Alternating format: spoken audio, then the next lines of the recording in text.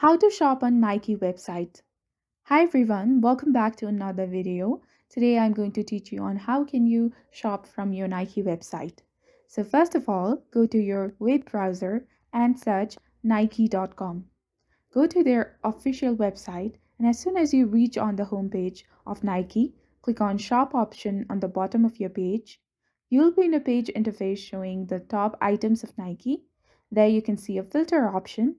Tap on that, and here you can select prices, gender, and even the ranges of prices you want to shop in, and also available discounts, including the colors of item, by scrolling down.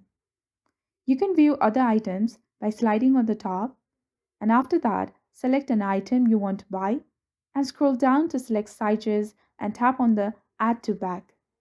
Then simply check out, and now give your necessary personal information under the delivery options and then save and continue. You can also select the shipping speed, and finally you can continue to pay. After that, provide your payment information and then you're good to go. Happy shopping! If you found this video helpful, do not forget to like, comment, share, and subscribe to the channel for more amazing tutorials. Thank you. See you in the next video.